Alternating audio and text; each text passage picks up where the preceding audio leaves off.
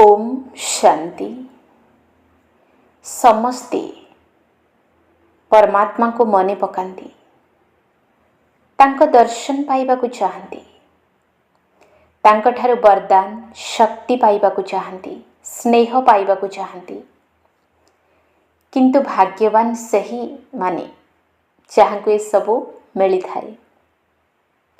धन्य सही ब्रह्मावश्य गण जी परमात्मा को धरापृष्ठरे अवतरित हेबार देखिछंती, जी परमात्मा को मधुर महावाक्य को शुणिछंती, जी परमात्मा को पवित्र वाइब्रेशन को निज अंतरात्मा रे भरिछंती।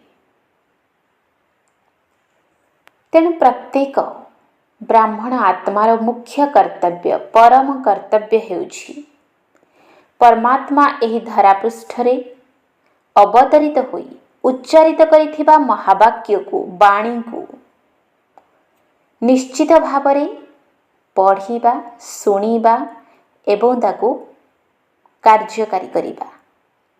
एमिति तो साकार मुरली को आमे प्रत्येक दिन पढ़ुचे, शुणुचे एवं कार्यकारी करुचे।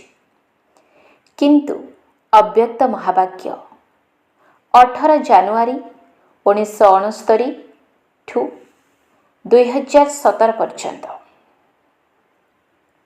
48 वर्ष 1066 अव्यक्त महावाक्य ताको आमे गोटे दृढ़ संकल्पर सहित पढ़िबा, शुणिबा एवं धारण करिबा पाई संपूर्ण चेष्टा करिबा, निश्चित भावरे करिबा। तेणु आज ठारू एही चैनल रे प्रत्येक दिन गोटे गोटे अव्यक्त महावाक्य सीरियली भावरे 1969 रु 2017 पर्यंत 1066 अव्यक्त वाणी अपलोड कराहब। आपण मानको एतिकी रिक्वेस्ट कि आपण माने निश्चित भावरे एही अव्यक्त वाणीर लाभ उठेबे, याकू पढ़िबा सहित शुणिबे एवं आकु कार्यकारी करिबा पई संपूर्ण चेष्टा करिबे। कहीं ना आज दुनिया रे जो सब समस्या देखा मिलुछि तार बहुत सुंदर एवं सरल सहज समाधान अव्यक्त वाणी रे अछि। आम जीवन रे जिते विघ्न आसी थाए सब विघ्न को दूर करिवार ट्रिक अव्यक्त वाणी रे अछि। आम भितरे थिबा निराशा उदासा को उमंग उत्साह रे परिवर्तन करिवार शक्ति अव्यक्त वाणी रे अछि। आम भली दुर्बल आत्मा को शक्तिशाली करिबा, देवत्व आड़ को नेबार पावर अव्यक्त वाणी रे अछि। अव्यक्त वाणी सबु संपत्तिर चाबी। जदि ए चाबी आपणक हातरे तेबे सबु संपत्ति आपणक पाखरे, सबु शक्ति आपणक पाखरे। तेणु दृढ़ प्रतिज्ञा करिबा जे निश्चित भावरे ए संपूर्ण अव्यक्त वाणी को आमे पढ़िबा, शुणिबा आउ धारण करिबा। 18 जानुआरी 1969 मधुबनर वृक्षलता माटी पानी पवन मध्य आकुल हृदय रे डाकुछंती, बाबा फेरी आस। ब्रह्मावश्य अपलक नयन रे चाहिछंती जे बाबा पिला मानकु छाड़ी जाई परिबे नाही। निश्चित भावरे एही स्थूल शरीर पुणी पुनर्जीवित हेब, काहींकिना बाबा साथी रे रहिबार प्रतिज्ञा करिछंती। ठीक सही समय गुलजार दादी वतन को चली गले एवं बाबा ठारू संदेश आनिले। 18 रु 21 तारीख पर्यंत 13टी अव्यक्त संदेश दादी वतन रु आनिछंती। तेणु प्रथमे आमे एही अव्यक्त संदेश उपरे आलोचना करिबा। 18 जानुआरी रो प्रथम संदेश। दादी जितेबेले वतन को गली शिव बाबा कहिले, साकार ब्रह्मा को आत्मा रे आरंभ रु अंत पर्यंत 84 जन्मर चक्र लगेबार संस्कार अछि। तेणु आज भी वतन रु चक्र लगेबाकु जाइथिले। जेमिति साइंस वाला रॉकेट द्वारा चंद्रमा पर्यंत पहुँचुछंती एवं जेते चंद्रमार पाखापाखि पहुँचुछंती ସେତେ ଧରିତ୍ରୀର ଆକର୍ଷଣ ଠାରୁ ଦୂରକୁ ଚାଲି ଯାଉଛନ୍ତି। ପୃଥିବୀର ଆକର୍ଷଣ ଶେଷ ହୋଇଯାଇଥାଏ ଏବଂ ସେଠି ପହଞ୍ଚିବା ପରେ ସେମାନେ ବହୁତ ହାଲକା ଅନୁଭବ କରିଥାନ୍ତି। ଯେମିତି ତୁମେ ପିଲାମାନେ ଯେତେବେଳେ ସୂକ୍ଷ୍ମ ବତନକୁ ଆସିଯାଉଛ ତ ସ୍ଥୂଳ ଆକର୍ଷଣ ଶେଷ ହୋଇଯାଉଛି, ତ ସେମାନେ ବି ଧରିତ୍ରୀର ଆକର୍ଷଣ ଠାରୁ ଦୂରରେ ରହିଥାନ୍ତି। ଇଏ ହେଉଛି ଧ୍ୟାନ ଦ୍ୱାରା, ତାଙ୍କର ହେଲା ସାଇନ୍ସ ଦ୍ୱାରା।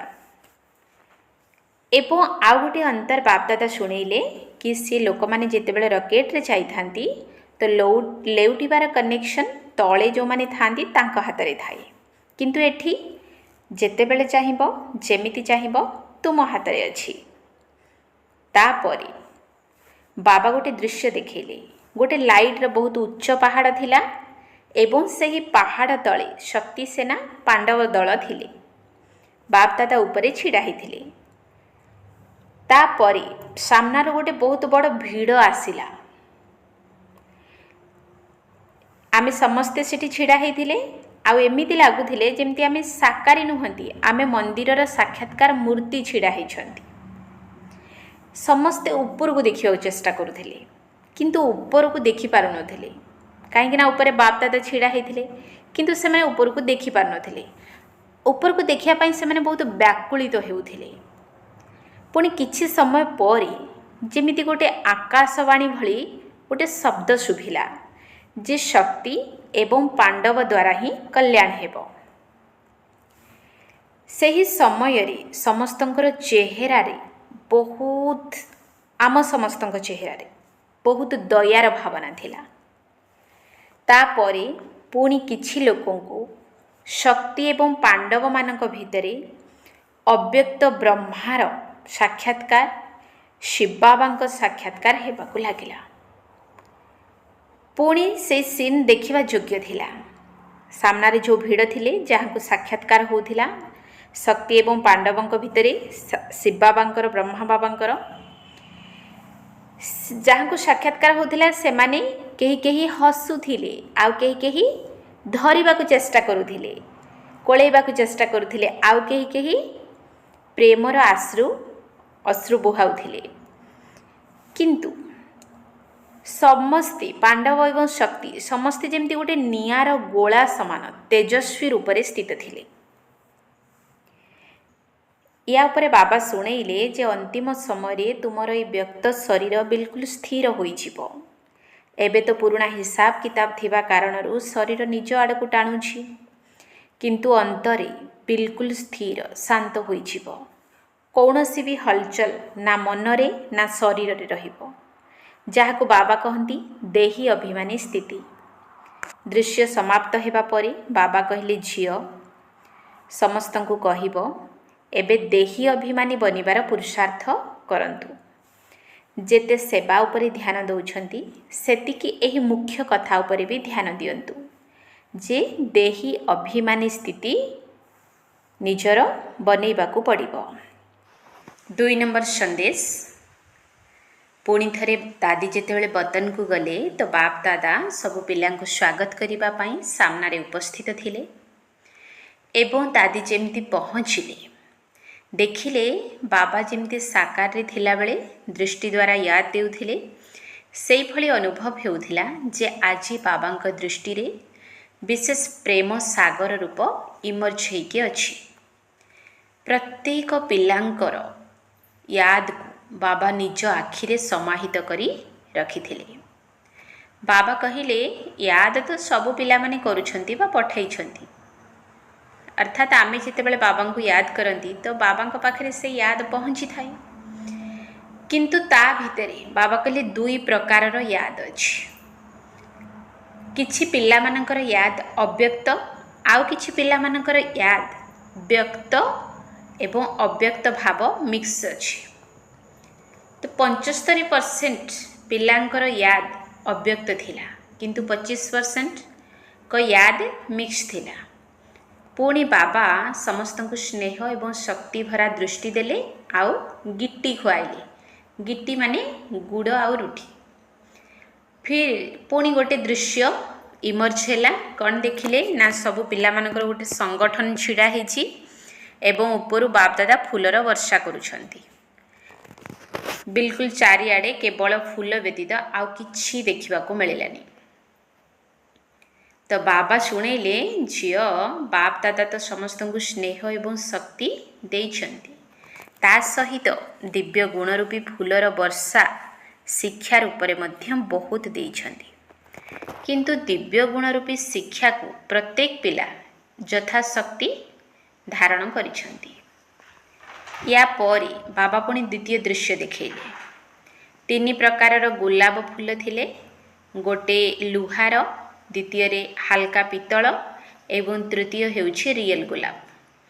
तो बाबा कहले झियो रिजल्ट भी पिला मानकर एई भलिया।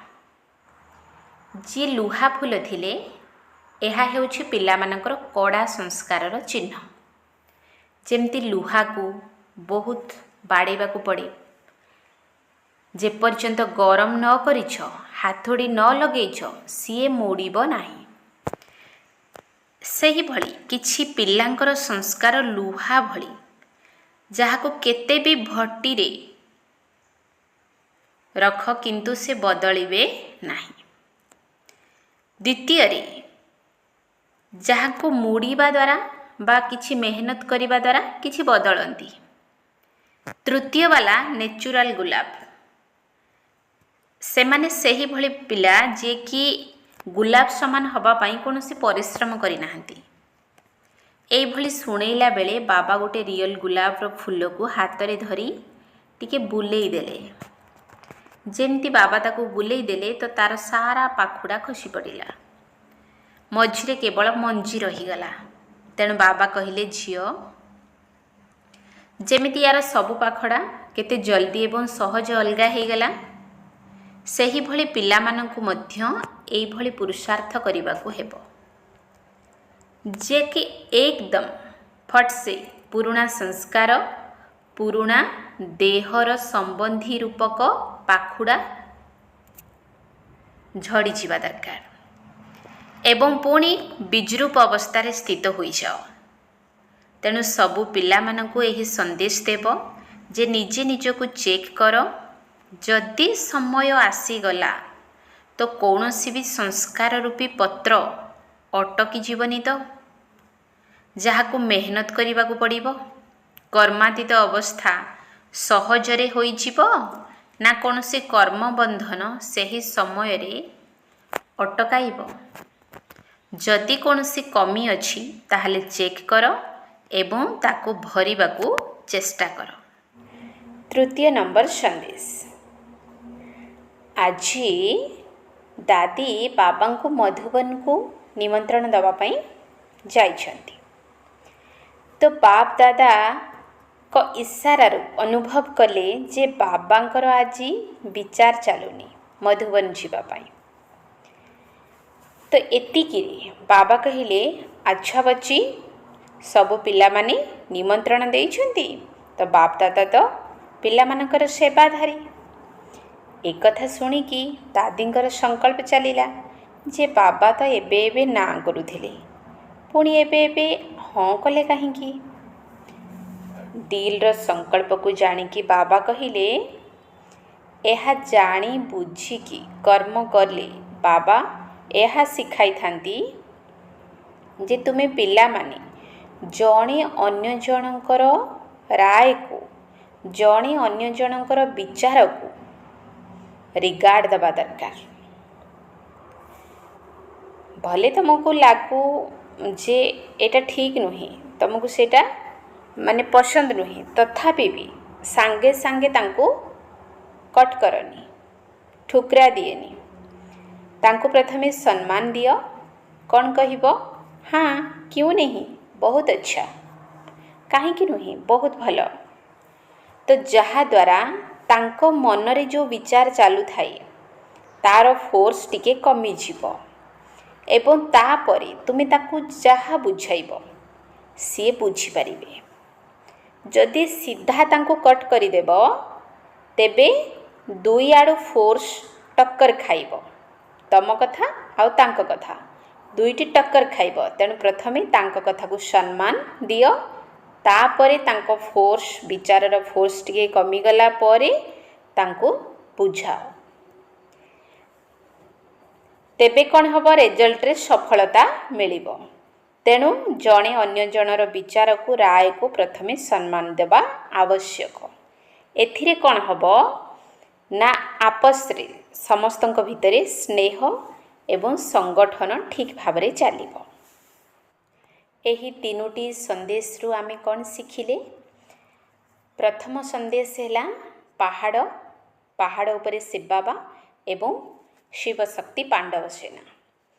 तेणु जो भीड़ आसिला से माने कौन कले ना ऊपर को देखा चेष्टा कले अर्थात बाप दादा को देखा चेष्टा कले किंतु तांको देखा गलानी शक्ति एवं पांडव द्वारा कल्याण हेबार आकाशवाणी हैला। तेणु आम द्वारा ही लोकंकर कल्याण हेब। जदि आम द्वारा विश्वर कल्याण हेब तेबे आमर कल्याण तो ही पारिबनी। तेणु आमको ये मन रखा पड़ो जे मो ही अनेकंकर कल्याण करिवार निमित्त यही श्रेष्ठ भाव आम मन भितर रहिबा दरकार। मो विश्व कल्याणी आत्मा तेणु मते समस्तंकर कल्याण करने को हेब। एवं बाबा कहले तुम द्वारा से माने कौन देखिए ब्रह्मा बाबा को आउ शिव बाबा को साक्षात्कार करिवे। द्वितीय संदेश है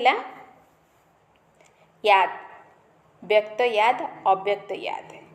तेणु बाबा कहते जे तुमको कौन रहिबा दरकार तुम याद अव्यक्त रहिबा दरकार से व्यक्त भाव मिक्स हवा उचित नुही। तापरे बाबा फूल कथा कहिले एवं से ही फूल भितरे तीन प्रकार फूल थिले लुहार फूल हाल्का पीतल आउ रियल गुलाब। तेणु बाबा कहले जी लुहा फूल सेमानकर संस्कार जेते भट्टी रे सेमानकु बसैले मध्य तांको संस्कार रे परिवर्तन हे न थाए। आउ जो माने हाल्का पीतल सेमानकु चेष्टा करिबा द्वारा मेहनत करिबा द्वारा से परिवर्तन हे थांती अल्प। एवं जो माने रियल गुलाब सेमानकु गुलाब हवा पाई कोनोसी मेहनत करिबा को पड़े नाही। देही अभिमानी रहिबा पाई अभ्यास करिबा एवं विजृप स्थिति रे रहिबार अभ्यास करिबा आ समस्तंकु रिगार्ड दबा या उपरे अटेंशन दबा। काली की 4 नंबर संदेश को पढ़िबा एवं यही संदेश गुड़िक जदि आपण मानकु भल लागिला आ आपण मानकर जदि किछि मने अछि जहाँ भी ए महावाक्य आपणकर मने अछि ताको आपण माने कमेंट रे लिखिकी पठै परिबे।